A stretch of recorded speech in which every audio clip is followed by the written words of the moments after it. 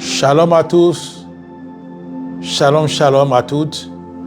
Nous sommes aujourd'hui dimanche 7 janvier 2024 et nous sommes ravis, nous sommes bénis d'être dans la présence de notre Dieu.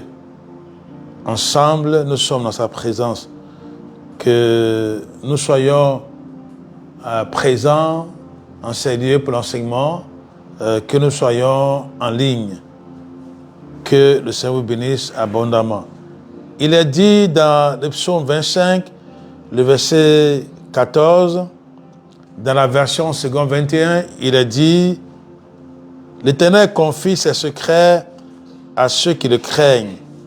Il leur fait connaître son alliance. » Dans Louange vivante, dans ce même passage, c'est-à-dire psaume 25, verset 14, il est écrit « L'intimité de Dieu est pour ceux qui le craignent et son alliance est là pour les instruire. » L'intimité de Dieu est pour ceux qui le craignent et son alliance est là pour les instruire. Le monde passe par des moments difficiles.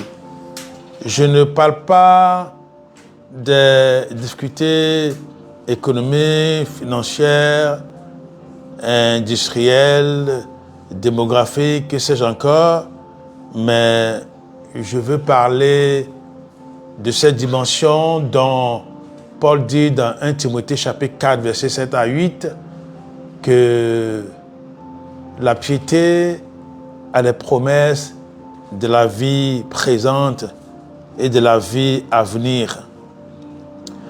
En somme, Paul voulait dire que celui qui s'attache à la parole de Dieu, celui qui s'attache à Dieu, celui-là, il est sûr de gagner à tous les coups.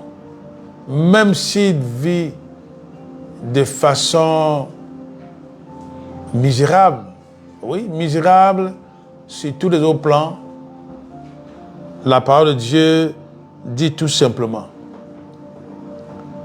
qu'il n'est que étranger, pèlerin, voyageur sur cette terre. Donc en tant que tel, ce qu'il doit garantir, c'est son avenir éternel. Et pour garantir son avenir éternel, il doit vivre dans l'intimité du Père, dans l'intimité de Dieu. C'est pour cela qu'il est dit que l'intimité de Dieu est pour ceux qui le craignent. Vous l'avez sans doute deviné, notre sujet de ce matin tourne autour du thème suivant. Vivre dans l'intimité du Père pour échapper à l'apostasie. Vivre dans l'intimité du Père pour échapper à l'apostasie. L'apostasie, c'est l'abandon généralisé de la foi. L'apostasie, c'est l'abandon généralisé de la foi chrétienne, de la foi en Christ Jésus. L'abandon de la foi en Christ Jésus.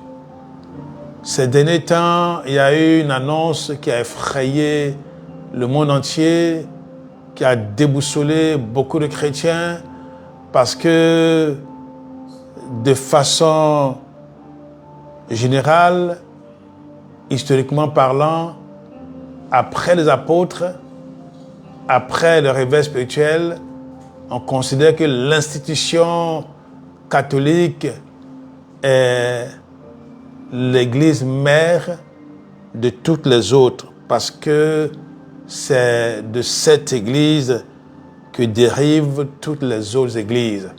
De sorte que quand il y a quelque chose qui vient de là, tout le monde est déstabilisé. Bien entendu, parce qu'on considère que les dénominations, de façon générale, aujourd'hui, sont des institutions culturelles et non pas spirituelles. Si vous voulez, ce sont des caisses de résonance d'idéologie. Je m'excuse de le dire ainsi, mais c'est la vérité. Et c'est ce que la parole de Dieu nous dit. C'est pour cela que, avant d'aller plus loin, nous allons prendre ensemble 2 Timothée, le chapitre 3 et le verset 1 à 5.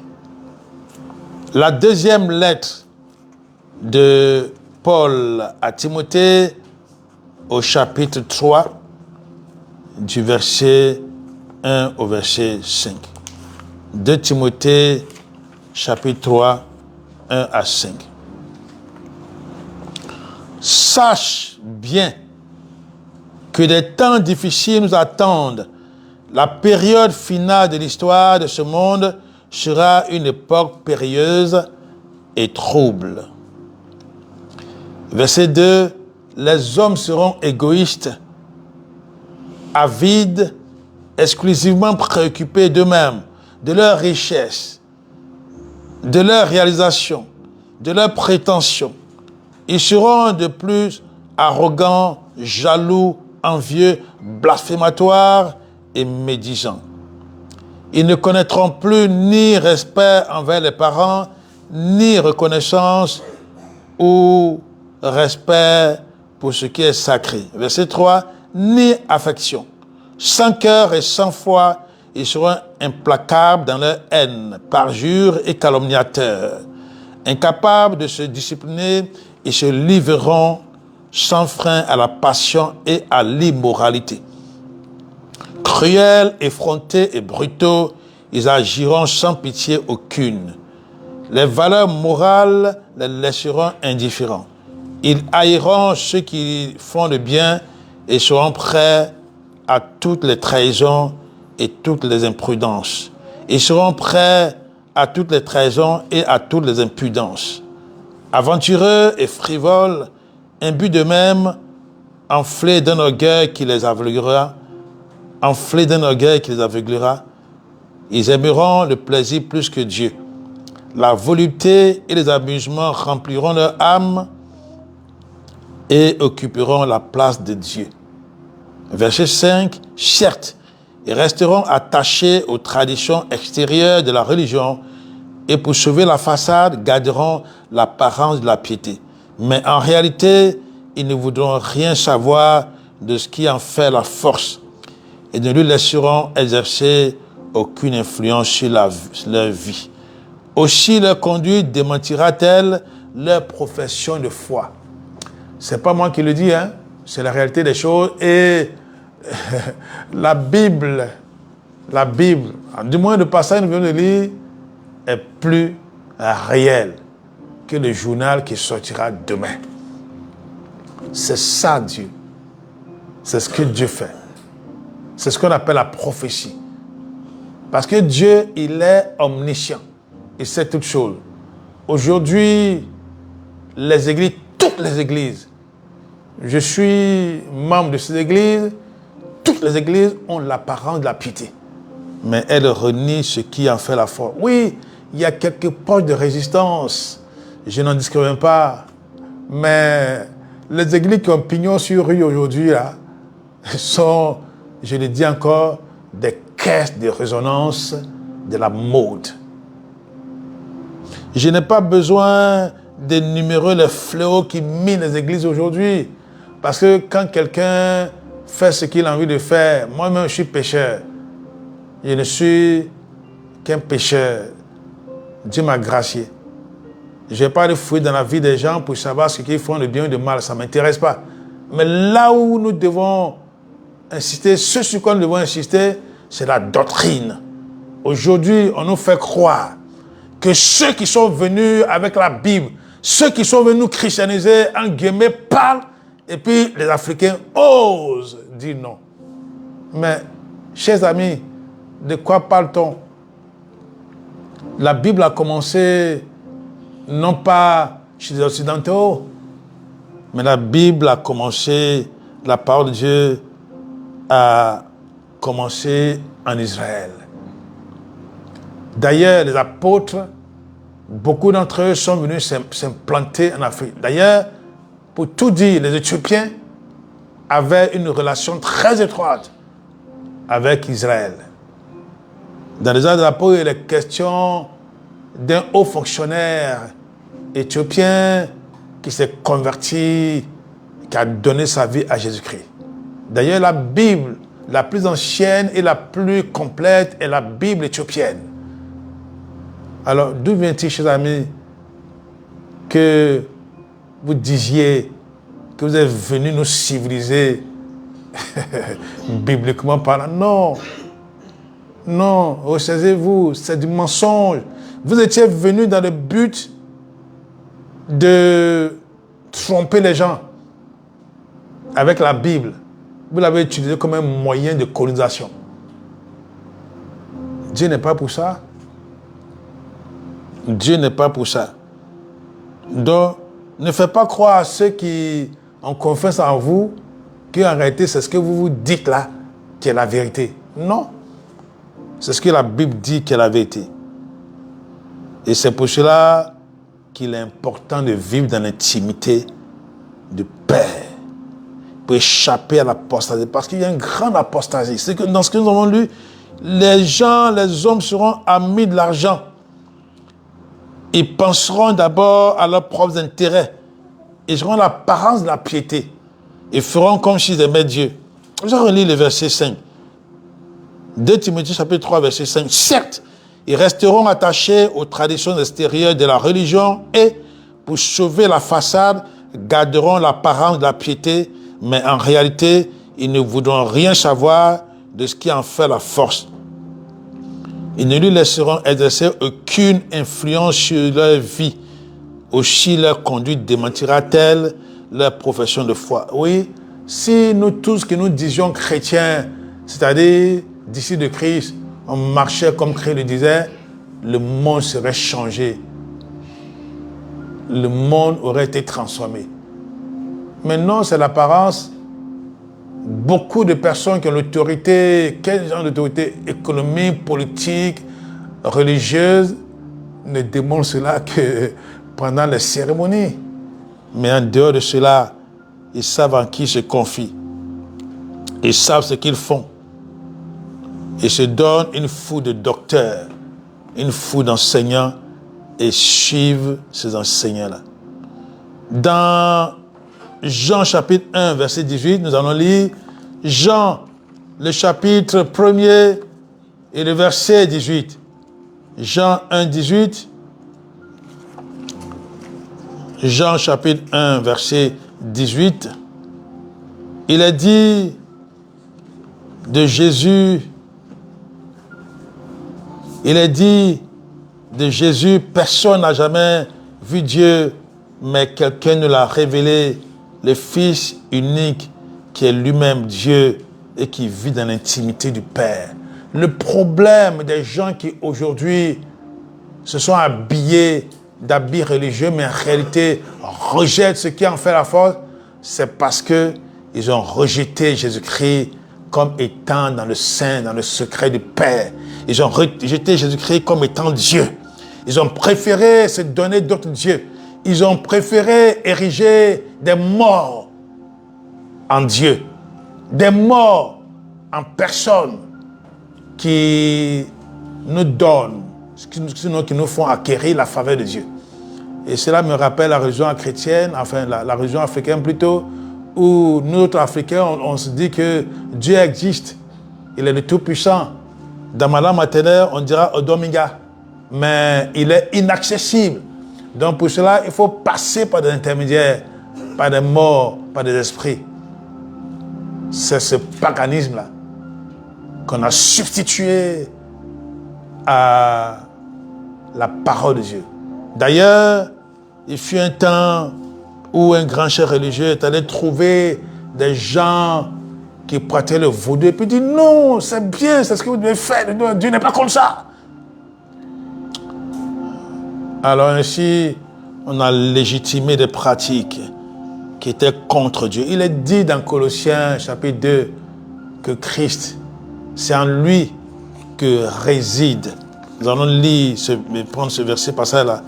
C'est en Christ que réside la plénitude de la divinité. Colossiens, le chapitre 2 et le verset 9. C'est en Christ seul et en son corps que réside réellement et d'une manière permanente toute la plénitude de la divinité. Dans la communion avec lui, verset 10, vous participerez vous aussi à cette plénitude et vous atteindrez votre plein épanouissement, car Christ est le chef de toute souveraineté, de toute autorité et de toute puissance. La parole de Dieu est claire. C'est en Christ que réside de façon permanente toute la plénitude de la divinité. Et donc, avec qui tu cherches l'intimité, avec qui tu conclus ton alliance, si tu le fais avec quelqu'un d'autre, tu n'es pas avec Christ. Si tu le fais avec des saints, tu n'es pas avec Christ. Tu peux trouver les arguments qu'il faut. Tu peux légitimer. Mais cher ami, je te le dis. Je te répète ce que la parole de Dieu dit. Il faut que le Père soit celui avec qui tu entretiens ton intimité. Si tu veux échapper à l'apostasie, à l'abandon généralisé de la foi.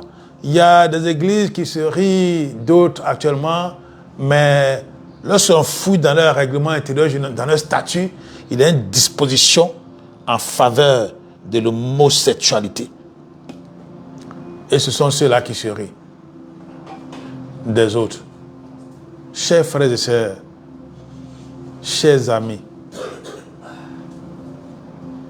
il est impératif, il est impérieux de choisir aujourd'hui en Jésus-Christ de Nazareth de pleinement Dieu et les autres entités qui veulent se substituer à Christ. Nous allons lire dans Matthieu chapitre 24, le verset 11. Oui, nous allons parcourir beaucoup de passages comme d'habitude. Matthieu chapitre 24 et le verset 11. Matthieu 24, 11. Christ nous parle de nombreux faux prophètes surgiront et ils entraîneront beaucoup de gens dans l'erreur. Et comme les gens vivront de plus en plus sans foi ni loi et que le mal fera des progrès constants, l'amour du plus grand nombre se refroidira. Verset 13. Mais celui qui tiendra ferme jusqu'au bout sera sauvé. Voilà ce que nous devons comprendre. Aujourd'hui, là, l'amour pour Dieu s'est refroidi. Des trompeurs sont dans la place. Des discoureurs sont dans la place. Des gens qui tentent de convaincre. Non, maintenant, on est en train d'avancer, c'est le progrès. Ce à quoi les gens croyaient avant, c'est parce qu'il n'y a pas le numérique. C'est parce qu'on ne pouvait pas digitaliser les choses. D'ailleurs, ce miracle que Jésus a accompli là, ça peut se faire. Mais Christ lui-même l'a dit. Les gens vont faire toutes sortes de miracles. Ça, ce n'est pas nouveau. Voilà. Mais ce n'est pas parce que quelqu'un a fait toutes sortes de miracles là qu'il est forcément de Dieu. Nous allons lire Matthieu chapitre 7, du verset 15 au verset 20. Le même livre de Matthieu, le chapitre 7, le verset 15 à 20. Attention, méfiez-vous, c'est le verset 15. Attention, méfiez-vous de ceux qui prétendent faussement parler au nom de Dieu. Lorsqu'ils vous abordent, ils se font doux comme des agneaux, mais en réalité, ce sont des loups féroces en quête de proie. Verset 7. Comment les reconnaître? Au résultat de leurs actes. Est-ce que vous allez cueillir du raisin au buisson d'épines ou récolter des figues sur des ronces? Verset 17. Ainsi, tout arbre sain porte de bons fruits, tandis qu'un arbre malade produit de mauvais fruits. Il est impossible qu'un arbre sain porte de mauvais fruits ou qu'un arbre malade produise de bons fruits. Matthieu 7, 15 à 20. Verset 19. Tout arbre qui ne donne pas de bons fruits est arraché et jeté au feu. Verset 20. Ainsi donc, c'est d'après leurs fruits que vous pourrez juger les serviteurs de Dieu. Nous prenons maintenant Jean, le chapitre 2, du verset 23 au verset 25. Jean 2, 23 à 25. Pendant que Jésus séjournait à Jérusalem pour la fête de la Pâque, beaucoup de gens crurent en lui en voyant les miracles qu'il accomplissait. Verset 24. Mais Jésus ne leur faisait pas confiance car il les perchait tous à jour. Verset 25. En effet, il n'avait pas besoin qu'on vienne lui apprendre comment sont les hommes. Il savait parfaitement à quoi s'en tenir, connaissant à fond la nature humaine. Il pouvait lire dans le cœur de chacun. Oh Seigneur Jésus-Christ, tu es bon. Si tu lis dans le cœur de chacun, tu n'as pas besoin qu'on te dise que telle personne est comme ça, ceci, cela. Il faut que tu demeures en Christ Jésus, non pas en une dénomination. Oui, tu peux aller dans une dénomination, parce que c'est là qu'on peut désorter. Christ a dit aux disciples, écoutez ce que les pharisiens ont dit, parce qu'ils sont en réalité assis dans la chair de Moïse, c'est-à-dire dans la position de Moïse, mais ne faites pas ce qu'ils font. Le défi, ce n'est pas se laisser envoûter, ce n'est pas se laisser influencer par ces gens, par ces personnes qui ont la parole de Dieu, mais qui sont capables de justifier l'injustifiable. Parce que on a lu dans 2 Timothée chapitre 3, parce qu'ils veulent défendre leurs intérêts. Nous lisons dans 1 Corinthiens 2, 14 à 16, et nous comprendrons pourquoi nous venons de lire Jean chapitre 2, verset 23 à 25, notamment le verset 25, où il est dit que Christ n'avait pas besoin qu'on vienne lui apprendre comment sont les hommes, parce qu'il savait parfaitement à quoi s'en tenir, connaissant à fond la nature humaine, et pouvait lire dans le cœur de chacun. Oui, parce qu'il est dit, il est Dieu, et c'est ce qui est dit dans Jérémie chapitre 17, verset 10. Dans Jérémie chapitre 17, verset 10, Dieu dit que c'est lui qui sonde les cœurs et les reins.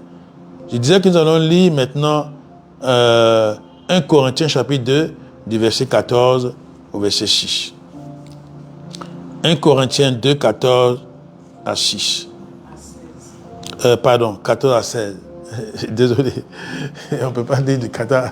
Donc c'est 1 Corinthiens chapitre 2, du verset 14 au verset 16. Alors verset 14. L'homme qui n'a que ses facultés naturelles. Lorsqu'on parle de facultés naturelles, c'est-à-dire l'homme psychique, c'est-à-dire qui ne dispose que de l'âme, qu'on appelle psyché en grec, au principe vital, propre à tout être vivant, par opposition à l'homme spirituel qui a reçu l'Esprit de Dieu. L'homme qui n'a que ses facultés naturelles n'est pas en mesure de percevoir ce qui vient de l'Esprit de Dieu. Il n'accepte pas ses dons, il n'admet pas les vérités spirituelles. Elles sont à ses yeux pure folie et il est incapable de les comprendre. Pourquoi? Parce que seul l'Esprit de Dieu permet de les discerner. Et c'est à la lumière de cet esprit qu'elle demande à être jugée. Verset 15. Celui qui possède cet esprit, par contre, est capable de tout comprendre et de tout approfondir.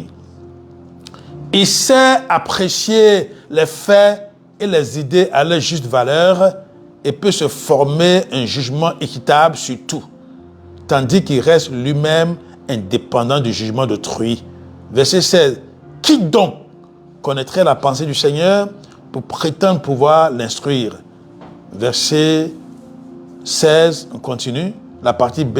Mais nous qui avons reçu l'Esprit du Seigneur, nous possédons la pensée même du Christ. Si quelqu'un possède la pensée du Christ, si quelqu'un a l'Esprit du Seigneur, alors, mon ami, méfie-toi. Parce qu'il n'y a rien que tu fasses sans que Dieu le lui montre. Il n'y a rien que tu fasses contre lui sans que Dieu le lui révèle. À moins que la personne ne soit pas dans l'intimité de Dieu.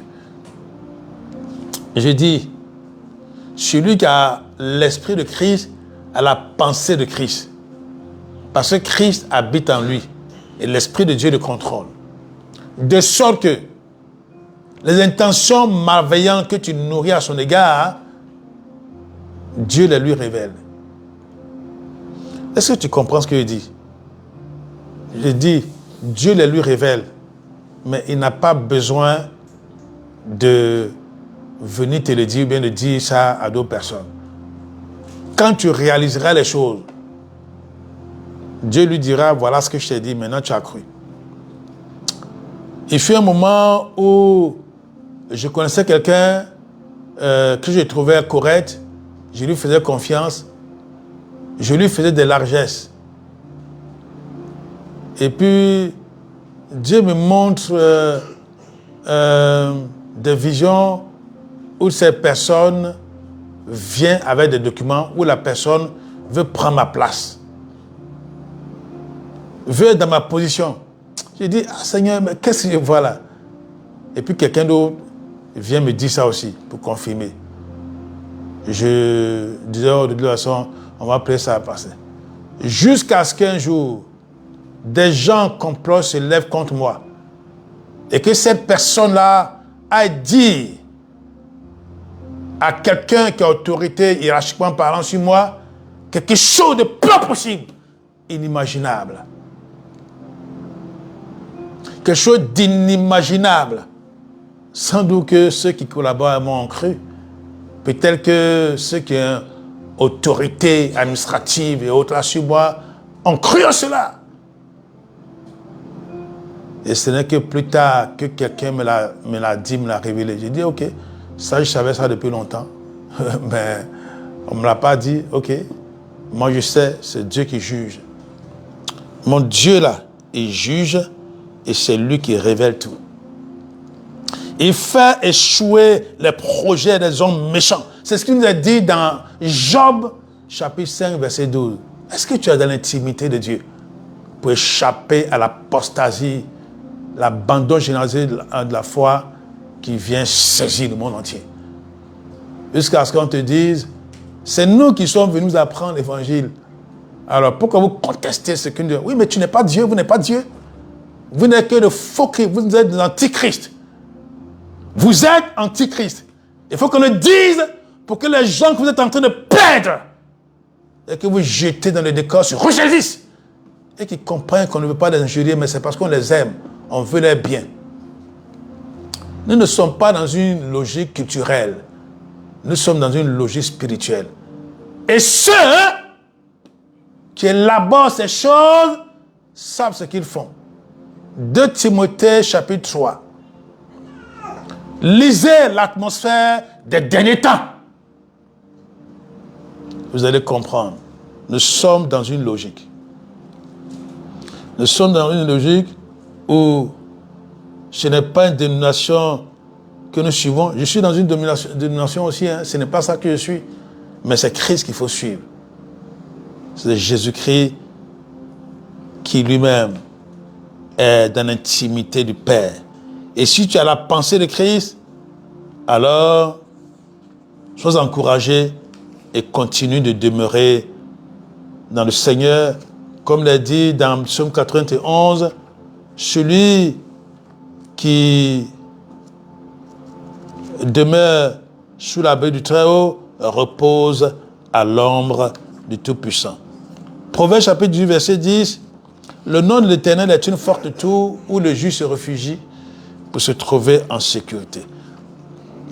Proverbe chapitre 11, verset 8, le méchant ou la méchante qui prévoit, qui promet la détresse à quelqu'un, au juste ou à la juste, Dieu libère le juste, la juste de la détresse, et le méchant ou la méchante, il prend la place. Luc chapitre 18, verset 8. Dans Luc chapitre 18, verset 8, il a dit, moi je vous dis que c'est par une intervention soudaine qui défendra leur droit, que Dieu défendra le droit des chiens. Seulement, Luc chapitre 18, verset 8, seulement, lorsque le Fils de l'homme reviendra, trouvera-t-il encore sur la terre des hommes qui ont confiance en lui? Est-ce que le Fils de Dieu va trouver la foi chez ceux qui disent l'aimer? C'est la grande question que Christ a posée. Vous savez, c'est ça l'enjeu. C'est ça le vrai débat. C'est ce que tu dois comprendre. Dans Ecclésiaste chapitre 3, verset 11, il est dit que Dieu a mis en nous la pensée de l'éternité. C'est-à-dire que nous sommes convaincus qu'il y a quelque chose d'éternel. Et c'est parce que les puissants démoniaques, les puissants ténébreux le savent qu'ils font tout pour que l'homme s'éloigne davantage de Dieu. Dans 1 Chronique chapitre 12, le verset 32, que nous allons lire ensemble, 1 Chronique chapitre 12 et le verset 32. 1 Chronique chapitre 12, verset 32. 1 Chronique chapitre 12. Nous lisons le verset 32. Dans le verset 32 de 1 Chronique chapitre 12, il est dit ceci: de la tribu de Manassé, 18 000 hommes qui furent nommément désignés pour aller proclamer David roi. Verset 33, des Issacharites, des gens de la tribu d'Issachar, 200 chefs et tous leurs frères, placés sous leurs ordres, ils étaient capables de discerner le temps pour savoir ce que devait faire Israël. Ces personnes dont on parle, ces Israélites dont on parle, il est dit d'eux qu'ils étaient capables de dire en quel temps Israël se trouvait. Et ainsi, ils aidaient le roi, son staff et tous les autres à prendre leurs précautions. C'est ce qui est dit dans le verset 32, de la demi-tribu de Manassé, 18 000 personnes qui furent nommément désignées pour aller proclamer David roi. Oui, quand tu proclames quelqu'un roi, là, il faut que tu aies les aptitudes pour aider la personne à le rester. Si tu te mets sous la bœuf du Très-Haut, il faut que tu aies l'aptitude pour demeurer dans cette position. Et la seule attitude qu'il faut avoir, qui est une véritable aptitude, c'est de demeurer dans l'intimité de Dieu. L'intimité de Dieu, là, on demeure là-dedans par l'obéissance à la parole de Dieu et par la communion avec le Saint-Esprit. Christ reproduit sa vie en nous. Galates chapitre 2, verset 20. Christ reproduit sa vie en nous. Il faut que tu saches cela, cher ami. Il faut que tu comprennes. En tant que temple du Seigneur, tu dois faire en sorte que cette intimité-là demeure. Nous allons aller vite parce que le plus important, c'est que nous sachions que nous devons être en communion avec celui qui est la source, avec celui en qui se trouve toute la plénitude de la divinité. Il est pleinement Dieu. S'il est pleinement Dieu là, et qu'il est le chef de toute souveraineté, de toute puissance, à quoi bon aller prier par-ci, par-là d'autres divinités? Nous allons lire encore une portion de Luc, cette fois-ci Luc chapitre 19, et nous lisons le verset 44. Luc chapitre 19, verset 44, il est dit: ils te jetteront à terre, ils te détruiront complètement, toi et les habitants qui seront dans tes murs, et ils ne laisseront pas chez toi une pierre sur l'autre. Pourquoi? Parce que tu n'as pas su reconnaître le moment où Dieu t'a rendu visite dans son désir de te sauver.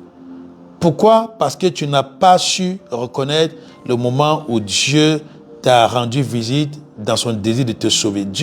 Jésus parlait de la destruction de Jérusalem. Oui, malheureusement, c'est ce qui arrive. Lorsque nous ne voulons pas discerner comme les gens d'Issachar le moment où nous sommes, le temps où Dieu nous visite.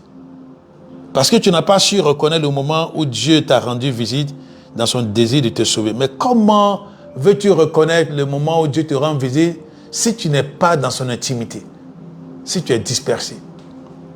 si tu suis des préceptes religieux, si tu suis des principes de dénomination, au lieu d'être en communion avec ce Dieu-là, avec Jésus-Christ, celui qui est pleinement Dieu,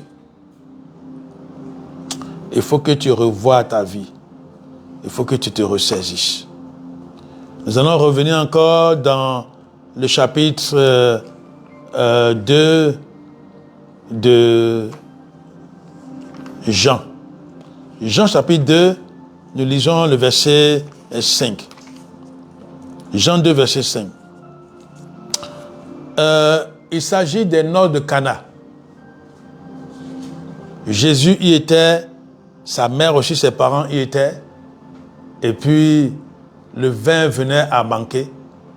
Et Marie, la mère de Jésus, l'interpelle pour dire, bon, les gens manquent de vin, il faut faire quelque chose pour eux. Et Jésus va l'interpeller et dire, ah, mais femme, c'est un thème affectif. Hein. Femme, tu te mets de quoi même? Et puis moi, en quoi je suis concerné? Il va dire, le moment où je dois agir n'est pas encore venu. Et lorsque nous lisons du verset 7 au verset 10, le moment de Jésus est arrivé et il leur dit, puisez de l'eau, remplissez ces amphores, remplissez ces vases-là, remplissez-les. Et quand ils l'ont fait, la chose a marché. C'est à toi de discerner le temps favorable, le temps où Dieu veut t'exaucer. Dieu t'exauce au moment favorable, au temps que lui il juge favorable. Nous pouvons lire cela dans Hébreux chapitre 2 verset 3. On va lire ça dans Hébreux chapitre 2 verset 3. Nous avons lu ça dans Luc 19 44. On peut lire ça dans 1 Pierre. On va lire d'abord 1 Pierre chapitre 5 verset 6. 1 Pierre, le chapitre 5 et le verset 6. Dans 1 Pierre 5, 6, il est dit, humiliez-vous donc sous la main puissante de Dieu pour qu'il vous élève quand le moment sera venu. Oui, parce que tu te plains beaucoup, tu murmures beaucoup. Mais accepte de passer par là. Joseph a accepté de passer par les moments terribles. Il a été humilié, il a été accusé, il a été mis en prison. Mais Dieu l'a élevé au moment convenable. Il faut que tu le saches. Bien que Christ fût fils, il a appris l'obéissance par les choses qu'il a souffertes. Il faut que tu comprennes ces choses. Laisse-toi entraîner par le Seigneur. C'est pour cela que tu as besoin d'être dans son intimité. Oui, tu as besoin d'être dans l'intimité de Dieu.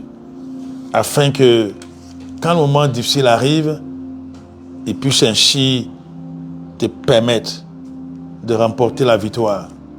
Parce que dans la réalité, c'est lui qui te donne cette grâce. Il faut que tu le saches, il faut que tu l'acceptes. Le temps qui décide est le meilleur pour toi. Le temps qui décide est le meilleur pour toi.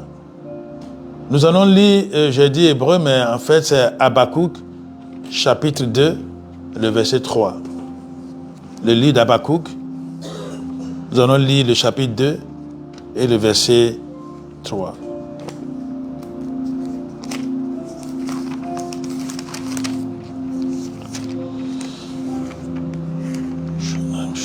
Habakkuk, chapitre 2, verset 3. Alors, le verset 2 d'abord, Habakkuk, chapitre 2, verset 2. L'Éternel m'a répondu à Habakkuk et me dit, mets la vision par écrit, grave-la sur des tables afin qu'on la lise couramment. Verset 3, en effet, c'est encore une vision qui concerne un moment fixé. Elle parle de la fin et ne mentira pas. Si elle tarde, attends-la, car elle s'accomplira. Elle s'accomplira certainement. La parole de Dieu s'accomplit toujours.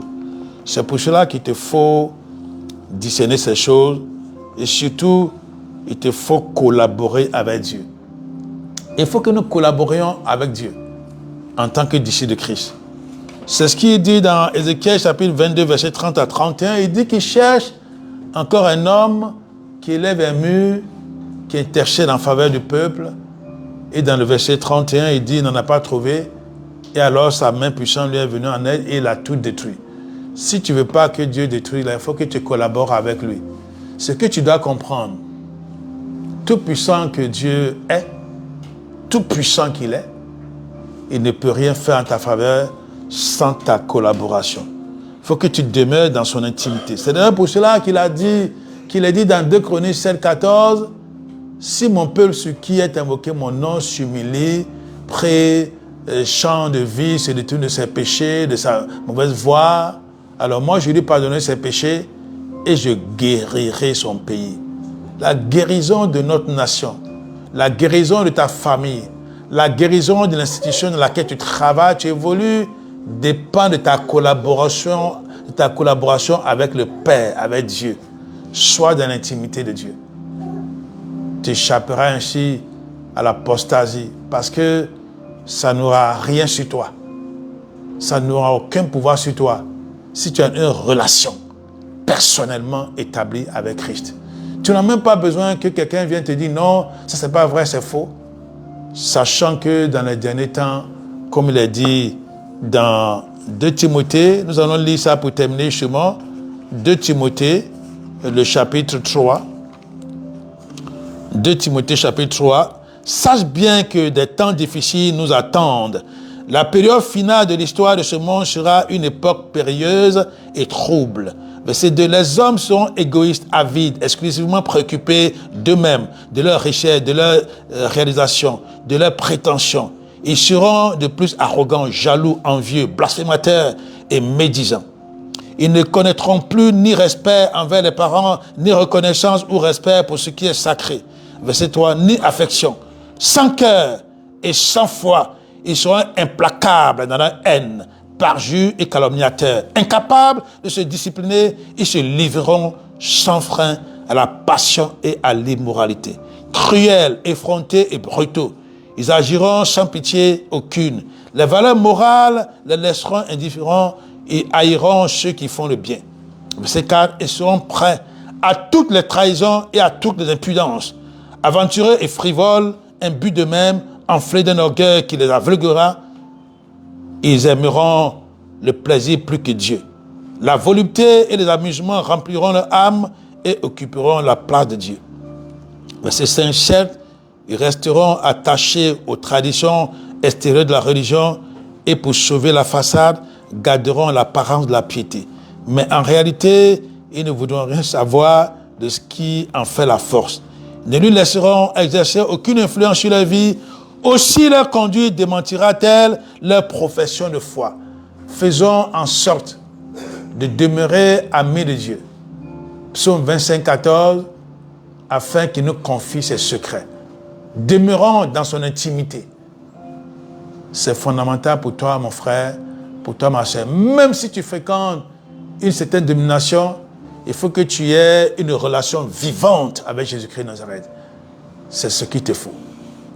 Amen.